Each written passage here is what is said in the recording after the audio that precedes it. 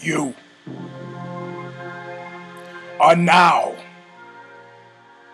about to witness the awesome, crushing might of Knuckle Up!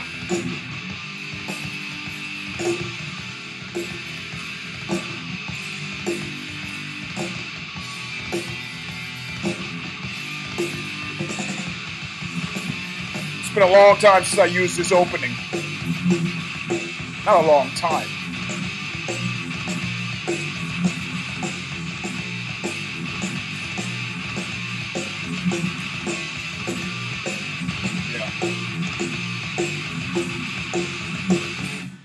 This is what we used to call in the old days fighting music. Not music to fight to. Music that makes you want to fight. I listened to a song like this about 13 times in a row and went out. And that's when I got my head bashed open and my ear torn out. These things are connected. I'm gonna wait till it's line because it's a celebration day. Yes, it is show 200. And I told you I had a lot of things planned, but you know, sometimes it's not so much that I'm not telling the truth. It's just I say stuff that doesn't happen to come true. There's a difference.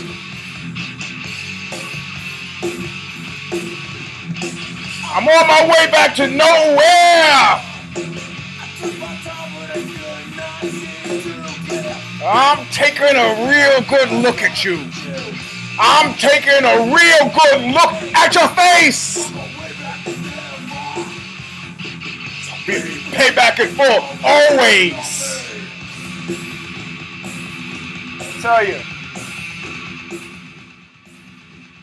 I tell you, my drummer, Oxbow's drummer, Greg Davis, thinks I have a crippling addiction to the material. Little does he know that my philosophical approach to the material world is such that I happen to be almost like a Buddhist about the material. But I use it as a yardstick, a measuring stick, a miter for human relationships.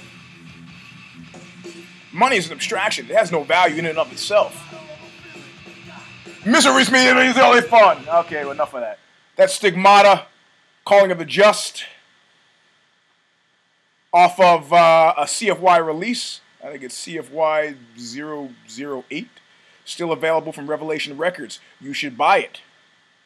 The strapping young singer, Bob Riley, now I understand looks like Shrek.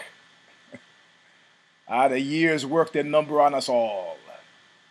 Well, here we are, my friends. Welcome to the show that apparently never ends. This is show number 200. I told you I had a special show. It didn't happen. Why? Well, very easily. I can tell you. I can explain to you in one simple. If I'm training 7 days a week, even with this injury, my fingers are tingling less. I can almost do a push-up. These two fingers and a thumb. The tear under the lat goes around the chest. I'm still having weird palpitations on the chest muscle. I think it was maybe a pec tear. Went around, hit a nerve bundle. I don't know. I didn't go to a doctor. I know I tell everybody I go to doctors, but I didn't go to a doctor. I consult with Dr. Steve. Dr. Steve Ballinger, medical professional, former guitar player for Whipping Boy. And we do teleconsultations. So it says, what part of your back hurts? And I take the telephone and I go, that part. No, I don't have video on the phone. I'm expecting him to call an audio, him being a former football player and all. But let me explain a little something to you. You know, I hear, and I think, you know what? I think that this is the brand differentiator between guys who people widely perceive to be healthy and me. You know, people are always telling me, you know, there's a guy who I'm friends with on Facebook, and I was talking about how I think Kevin Powell from MTV's Real World, one of the first versions of Powell, you look him up on Facebook or Amazon or Google, whatever, that I thought he was a prick and a pimp. And the guy goes, no, Kevin's been pretty good to me. He's a good guy. I mean, what do you, I said, this guy threatened to kick my ass. He goes, when did he do that? I said, well, 1999, 2000. And he's like, Kevin's come a long way since then. You should probably get over it. Like my refusing to get over it is puerile. I have to quote Israeli prick Benjamin Netanyahu. I don't like politically. But this was a choice quote. He said, given the history of my people on this planet, if I have a choice between underreacting and overreacting, I'm going to choose to overreact. And I don't think it's advisable when anybody threatens to kick your ass that you blow that off. Like Shaka Zulu, I believe you should attack, fly at your enemy's throat until they are fucking decommissioned. So it's probably, in the face of real, almost baseless, not saying it doesn't have a base or a reason, boundless, boundaryless hostility, people get nervous and uncomfortable. And then you start to hear those old saws about, well, we all make mistakes. Yes, we all do make mistakes. And we all pay for those mistakes we make if we're lucky. No, it's the other way. We don't pay if we're lucky. If we're unlucky, we must pay. So my prevailing point is I love this feeling that I start to get when I can feel that people figure I've crossed the line somehow, because I'm delighting in the misery of others. This is the application of justice. I mean, I've got a friend who studied penal law, and I'm not talking about cock. And she has come to the conclusion that jail should be outlawed. You know what? I think not enough people are in jail. And I think largely the wrong people are in jail. There should be a lot more people in jail. Stalin had it right in that regard. America has more people in jail than any place else. Yeah, it's just got the wrong people. It's got a lot of poor people in jail. What poor people gonna do? What are they gonna do? You don't see any poor people occupying Wall Street.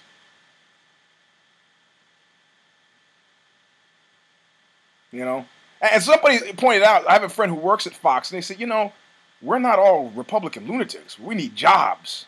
Yeah, I've seen that movie Mephisto too, my friend.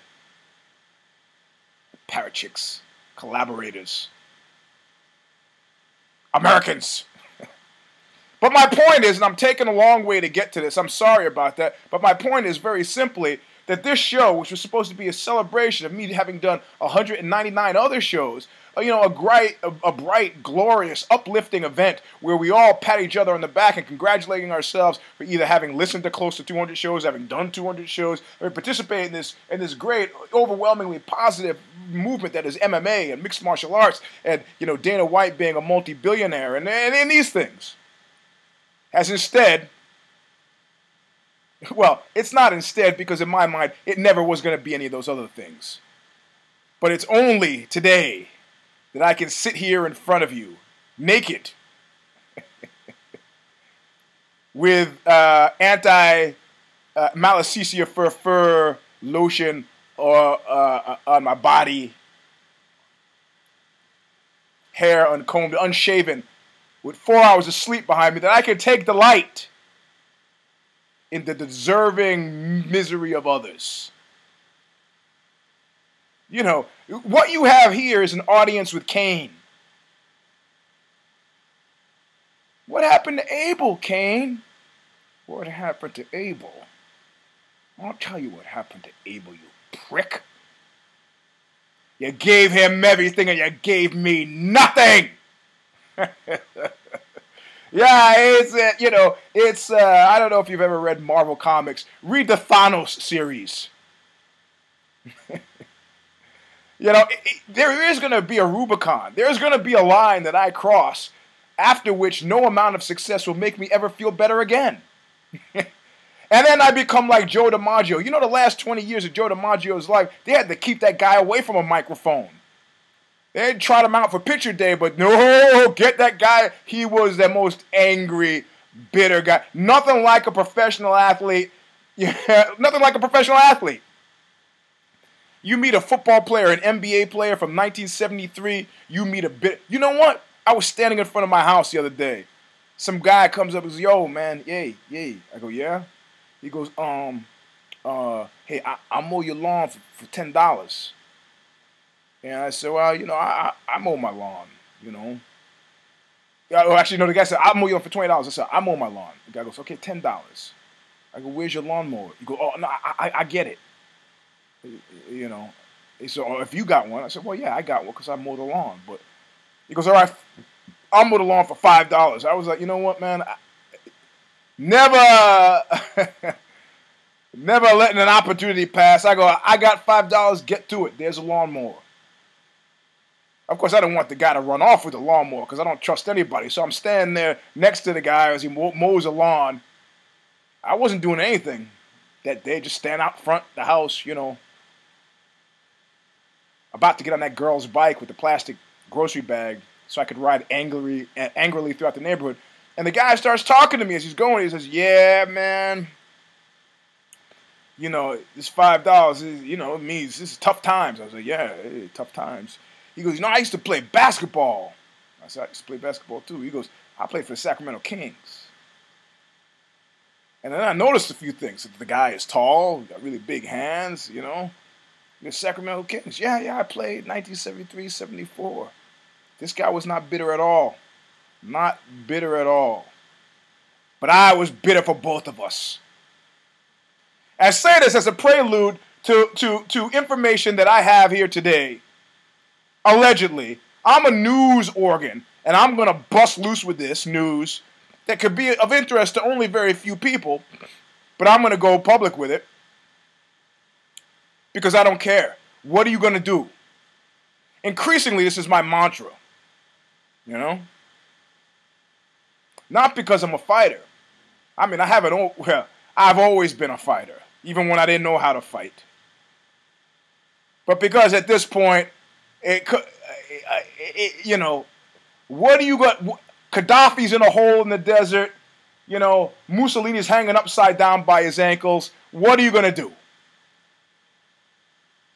Oh, well, Hitler escaped. Well, he deserved everything that came to him, but he did escape. Scorzani flew him out of Berlin into Spain, a non-aligned but friendly country, and then he caught a transport from Spain to Argentina. Documented. Flight of the Wolf, archives on audio, listen to it.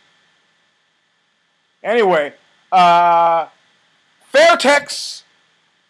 San Francisco, closed down. This is a fact. A fact. I'm dealing in facts now. This is a fact. All right? Fairtex Mountain View, which is where I used to train, where I was told by Anthony Lynn, who was the president of Fairtex USA, that if Fairtex's focus was Muay Thai, and if I was unhappy about anything connected to the grappling program, that I could just leave. Leave. And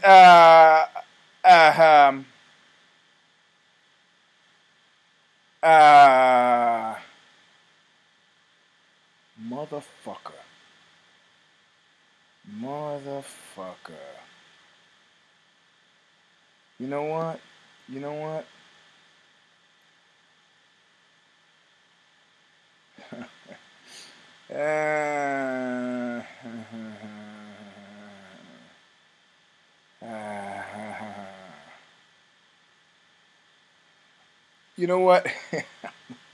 knife this guy in the head. I'm gonna have to knife you in the head. See, I can't really have the email open while I'm doing the show. I let me focus on one hatred at a time. When you have 1,000 angers that keep you alive, like me apparently and Glenn Danzig, you know, they all start to butt against each other. I cannot read any of these emails. So Anthony Lynn tells me essentially to fuck off. Well, as luck would have it, Anthony Lynn, whose father-in-law is Philip Wong, who owns Fairtex Worldwide, great guy. Yeah. Everything I could possibly mean when I say great guy, I mean when I say great guy. Like, I don't want to get shot.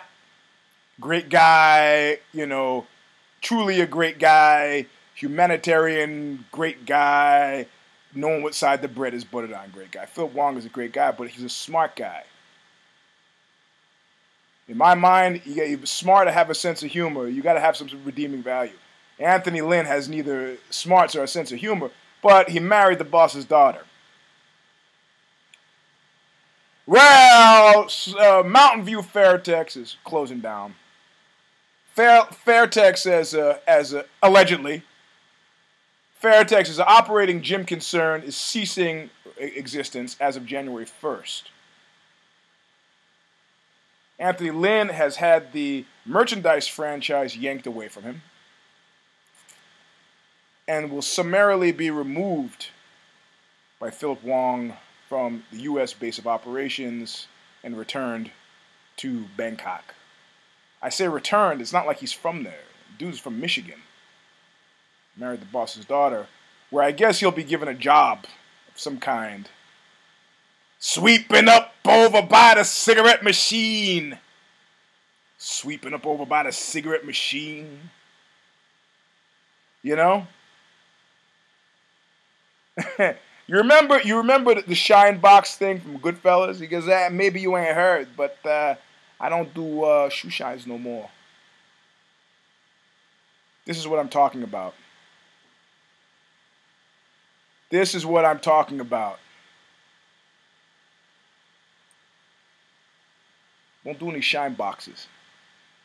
You know, there are guys who will make mistakes because we all make mistakes. You know, the biggest mistake that you could make with me is like Frank Sinatra said, and not keeping the party polite.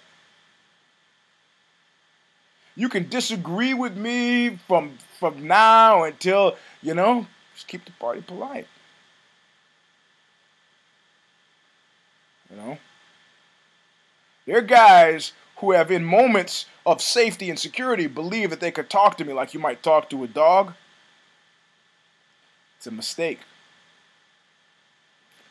So, Anthony Lynn is being returned. Fairtex is there. How reckless can you get? Driven into the ground. Fairtex, we hardly knew ye. Merchandise, pads, t-shirts, mouthpieces, bags, turnbuckles. They will still sponsor fighters. They're still in business. But as a daily concern, nope. So this is a celebration. 200th show. I was going to have interviews. I can't. I'm working. I'm 7 days a week training, or sometimes 9 times a week, and I got like a million fucking side projects. I can't do it. Cannot do it. Don't have the time. At some point, I'll do it. But right now, my concerns are very parochial. So anyway, let's go. Let's do some fight stuff. I'm done with ranting. You know, it's at one point Chuck Dukowski said it best. He says, he goes, Eugene, it is I bring the songs, I bring the playing, you know, and he's like, you know, Eugene, he brings the hate, and then he laughed. You know,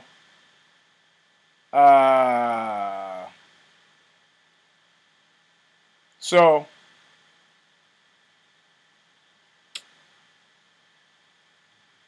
you know, I don't know. I'm reading emails and it's making me angry. Anyway, I need to focus on MMA because that's what we're here for. You don't want to. We got John Jones fighting Lyoto Machida. We had the Ultimate Fighter final of last week, where much to my great chagrin, Jake Shields' broadside salvo against Jason Mayhem Miller came true, which is the only fight that you've won is against your girlfriend. The only fight that you've won recently has been against your girlfriend. Which is not actually true. He beat a guy in bully beatdown, but he lost to Michael Bisping. And he lost to Michael Bisping in the worst way possible. We lost to Michael Bisping in a way that gives me nightmares. And the last time I had that nightmare was it was a Whipping Boy show, and I've mentioned this before. Like when I show up, hey, I'm fixing my hair. What of it? You don't like it? Come and change it. Where I was like in with the engineer boots and the kilt and the big dookie 2-inch thick metal chain. And I'm trying to jump around and do a show. I'm like, oh my God, how can one man live? Don't gas out. You try swinging your arms violently for 5 minutes and see if you will be one of those people who doesn't gas out. You'll gas out. Everybody gasses out. But you don't want to gas out after the second round of a potential 5-rounder or even 3-rounder. So Bisping beat him fair and square, unlike when he robbed the deaf guy, Matt Hamill. I hate Bisping. I hate him. And and there's all this stuff on ShareDog. In defense of the Count Michael Bisping. He is a stalking horse. He's being used to develop MMA in Britain. What do you think? People in the UK are fucking stupid? Do you think they're stupid? They're retards. You give them a champion and they feel great about the sport. Why not Dan Hardy? It's the Kane in me. It's the Kane, not Velasquez. Kane and Abel. It's the Kane in me that makes me want to see the underdog get a fair shake. Dan Hardy, much more friend of Knuckle Up, much more interesting guy than this fucking Bisping. Bisping.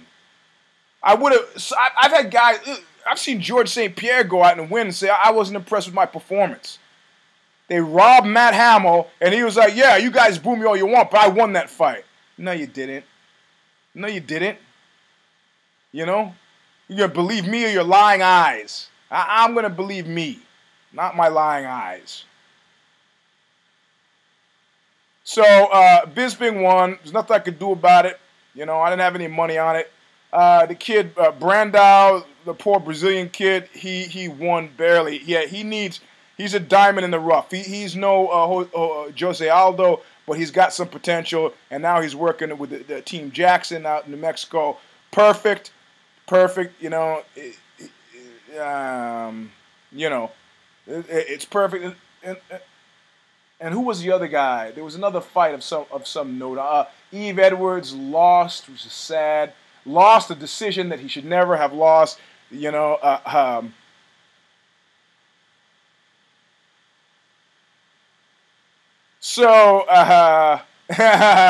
And now it's hit the wires. I'll read it to you directly. When I heard Kung Lee was the highest paid fighter at UFC 139, making $350,000, I'll admit I was a bit outraged. I was mad that someone who hasn't really proven themselves was being paid more than the guys who had, a la Shogun, Hendo, and Vanderlei. And I wasn't alone. A lot of fans were upset about Kung Lee being the highest paid fighter on the card. Then yesterday, when I saw Michael Bisping getting paid $450,000 for the Ultimate Fighter finale for the season he coached, I was again upset that he was making more than the other guys, since they deserved it more. But the more I thought about it, the more I realized that I wasn't really upset, just surprised. And he says, in the grand scheme of things, Kung Lee's $350 and Bisping's $450 seem outrageous, only because we're not used to seeing guys make that kind of coin in MMA, but compared to other sports and what athletes make, that's really chump change. Yeah, he's right. Everybody should get paid more. Everybody should get paid more. But it probably shouldn't have started with those guys. You know? Whatever. I mean, at this point, the one guy says it best, fuck Bisping. He doesn't deserve my pocket change. And then some other guy says, Kung Lee is worth that money in San Jose because he sells seats, which is what I said before. Yeah, he'll get that money in San Jose. He's not getting that money anywhere else, but he'll get it in San Jose. Why not? Oh, my fingers are tingling again, man. So anyway, but we have something. We have a fight, and I gotta go. Or we can switch to mobile. Maybe we'll switch to Facebook mobile. Nah, because I don't have much to say. This is gonna be the most underwhelming 200 show. I had some guests lined up, and they stiffed me. That's all right. I don't mind. I'm doing stuff. You see when my eyes are shooting back and forth, like I'm looking at this. I'm looking. I could be watching porn. Yeah, how's that? Getting all sexy. Start talking about MMA. Be like, yeah. So anyway, there was a fight. Hey, Jonah Falcon has the biggest penis in the world. Somebody, I never heard of the guy before. A Facebook comment talks about Jonah Falcon having the biggest penis in the world. Oh, 13.5 inches. You got to be kidding me. Come on. You sell that stuff. Sell that stuff to people who don't know any better. A guy who lives at home with his mother does not have the biggest penis in America or the world or whatever his claim to fame is. You know. Yeah, I want to get that one right there. You see it? Did I get? Yeah. You know, there's certain things that, as an African American, you know, I'm not saying it's me. I'm not saying that I'm sporting the biggest penis in the world. That would make no difference to me at all. But it's just not Falcon. Yeah, well, I'm supposed. So we're supposed to forget about Long Don Silver just because Clarence Thomas is a Supreme Court judge. Get out of here! God, take it on the arches with that. So anyway, we got Lyoto Machida and John Bone Jones coming up. People are trying to breathe some life in this fight. Machida studied tapes. Machida is ready. He's learned his lesson. He's owned his craft. He's training with this guy and that guy. He could have kryptonite in his underwear. He could have a nuclear bomb. He could have a tank. It's not going to make a difference. Now, you know, in normal times, I would say a guy with middling to low prospects, but who had a little bit of promise, probably could be prevailed upon to squander that promise for a few extra bucks in the envelope. John Bones Jones is not living for that now. He's got to go home for Christmas dinner. He's not going to be losing a fight for a few extra dollars. You don't get $450. What does that money mean to a 22-year-old? What does the guy care? How is Machida going to be? Yeah, I mean, the big money. I'll tell you, okay. What you do, you have this kid go down. It's Johnny Bones Jones. Everybody knows that you still be a champ afterward. We could make $1 billion. There's not enough money in the world. That's from period. I mean, look, people have taken dives. I believe that Shogun Hua took a dive against Forrest Griffin, as evidenced by how he beat Forrest Griffin like a foster kid. The last time they met up. John Bones Jones will crush Machida. It's here. I will be in LA rehearsing with Blackface.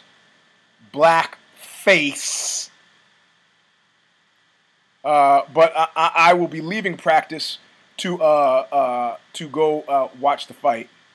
Of course, I've told nobody this. Much like my late Uncle Teddy, who used to go out for cigarettes and come back 4 hours later. And then you would say, Uncle Teddy, you were gone for 4 hours. Where'd you go? I said, well, I went out to get some cigarettes. You went to get cigarettes? Well, where are the cigarettes? He's like, oh, yeah. I'll be back. And he would disappear for 3 more hours.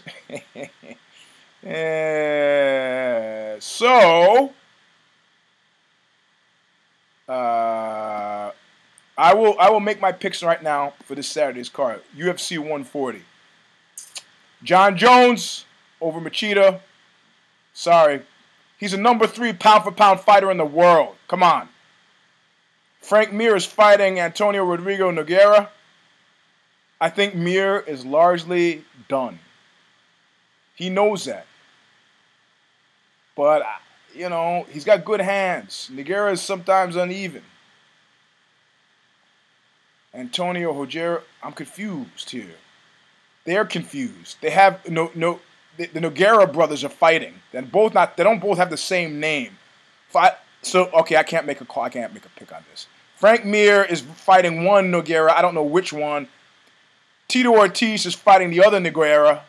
I don't know which one. I can't make a pick on this. Brian Ebersol is fighting Claude Patrick. Don't know Claude Patrick. Dennis Hallman is fighting. I'm sure they made him wear real shorts this time. Krzysztof Szynski is fighting Igor Pajarchak. Okay. Well, I got to pick at least 3. So let me pick Jones, because I've been accused of being a Brazilian nut jumper. I actually think that Frank Mir is going to beat Nogueira, whichever Nogueira he's fighting. So Jones, Mir, but TITO Ortiz is losing to whichever Nogueira he's fighting. So Jones, Mir, Nogueira. It's the pick. It's done.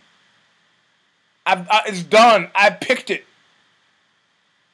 Cold, rock hard, lock, stock, and barrel. Done, booked. Bet the money. Give me my 10% afterward. I make your Vegas picks for you. Maybe next time I'll be able to afford a shirt. So this is again a deficient show. I'm not gonna go to Knuckle Up Mobile because you know what? Usually the show has a full cycle. I'll go a full hour, and now we're like 40 minutes. I'll go a full hour, and we're at 32 minutes. I'll go a full hour so that I have time to cycle. So you get the angry hostility, but then by the end of the show, we've come to some sort of happy resolve. But I have something to tell you. With only 4 hours sleep under my belt, and I'm dropping weight again, can you see? Not eating. 205 pounds. Down from my competition weight at 209. Tingling in the hands gone away. I dropped a little weight because of this depression thing. Screwed up my ankle. But even if I went an hour, the delight in my enemies being punished, a la Fairtex and Anthony Lynn, allegedly, is not enough. That is the only argument against it. The destructive power of continued hatred. It doesn't beget any positive outlay. There's no pressure relief that I feel, until they're all vanquished, extirpated, pulled out root and branch, will I feel satisfied. Until then, it's only temporary. It's the worst kind of drug ever. And that's why it's to be cautioned against. But the sport is great. I love the sport. Darren Uya, my friend of Knuckle Up, can't pronounce his last name. We're going to have him in the show at some point. But you see, the problem is I got into this video thing, and then, physically that means I got to be around these guys to do it. I could have them come into the studio, but then that's kind of uncomfortable, people with me sitting around naked.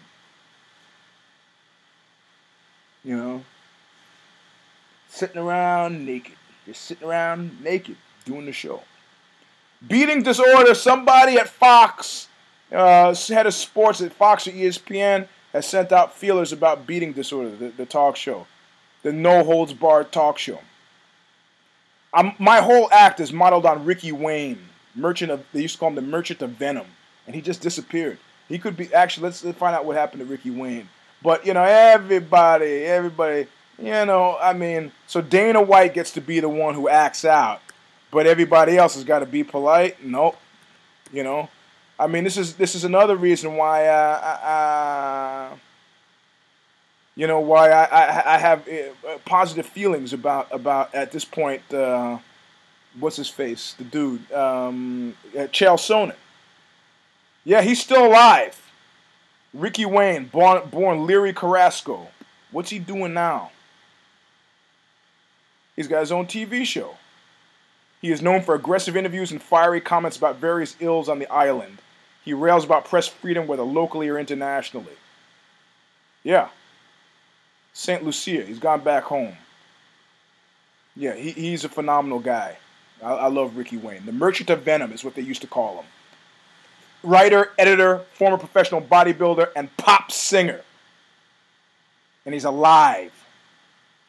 So we'll see. LA is a land of smoke up your ass. I don't say that I expect this show to happen. In fact, now my attitude is much more in line with it. People call me and say, "All right, we really like to talk to you about." Fuck you, click. Well, we heard it. Fuck you, click. I'm hostile to opportunity now. I am in a hole, and fuck you in your ladder. We'll pull you out of there. No, you won't. The Chilean miners. We're gonna rescue you. No, you're not. You and your rescue. You and your rescue, you lie. There is no rescue. This hole never ends. So anyway, I'm in a mood. In an azure mood. So, you have the show. It's 200. I did my best. I don't apologize to you or any man. So now I got to put a shirt on because I got to leave the house. I was going to go Knuckle Up Mobile, but I can announce something. EUGENE S. Robinson and Scott Kelly on tour. We're going to call the tour Together Again Naturally. Yeah. These teeth look good, huh?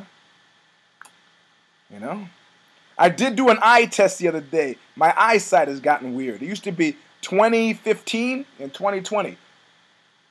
Better than perfect and perfect. Now it's 2020 and 2025. If your eye offends you, pluck it out. That's what they've said. Nah, I don't, my dude Ricky, he called me the other day. I need to call him back. He's got somebody for the radio show who's got a whole prophecy thing about 2012 down pat. Not too much to do with MMA, but if somebody's going to tell me about the end of the world, I'm game. And I'd like to talk to Ricky maybe on the air about his eye. What's going on with his eye? But anyway, that's show 200. It is what it is. Much like Popeye, am what I am. I'm trying to get the bell in shape. It's right here. So anyway, thanks for listening. Thanks for putting up a lot. Oxbow has reached its Kickstarter limit and then some. So thank you guys who contributed, everybody who contributed. Depending on what the level you contribute at, I will be making calls to you. Or whichever Oxbow member you desire to hear from will be making calls to you. You'll be getting your DVD, t-shirt. I didn't even say it had to be an Oxbow t-shirt. You get a t-shirt. I got a bunch of clothes. I'm selling everything. I got a couch for $300 I'm selling. I got a leather chair here for $300. I got a piano for $500. Upright piano, full size. I had some motherfucker come out to look at this piano, and the woman says, "My, it's big." Big. How many times has Jonah Falcon heard that?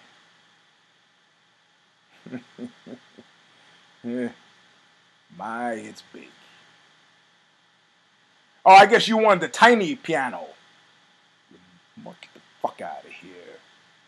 Everything must go. Lamps, clothing, done. Getting rid of it all. Fire sale. And not even next month, in a few weeks, in 3 weeks' time, 65 Chevy comes off the line. I will do every show from that fucking Chevy.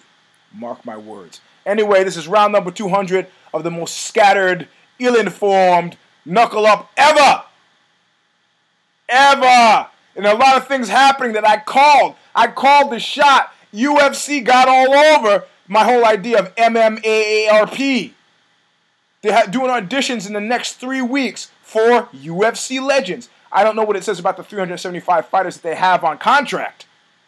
That they still don't pull as much interest as Tank Abbott fighting in somebody's backyard for $50,000. But I would love to. Dan Severn's still fighting. I'm sure Don Fry still has what it takes. Want to see these guys compete against each other. As a senior, I appreciate it. It's happening. I wrote about it in Bloody Elbow, bloodyelbow.com, and it's happening. They laughed at me. I was mocked. It's happening. Friend of Knuckle Up and Coach Leopoldo Sorrell went to Vegas Monday, Tuesday, try out for the new for the UFC. They have tryouts. You just can't rely on the TV show. It's happening. I don't know how he did. We'll try to get him on the show next week. Anyway, this is round number 200. Not what I expected, but better than I hoped for. I'm your host, EUGENE S. Robinson. S stands for slap the fuck out of you. Allegedly. So, thank you. Thank you. And I'll see you next week after we can celebrate our wins. John Bones Jones, Frank Mir, and not Tito Ortiz, which would be Nogueira. Anyway, thanks for showing up. We'll see you soon. Oh, man. God damn it.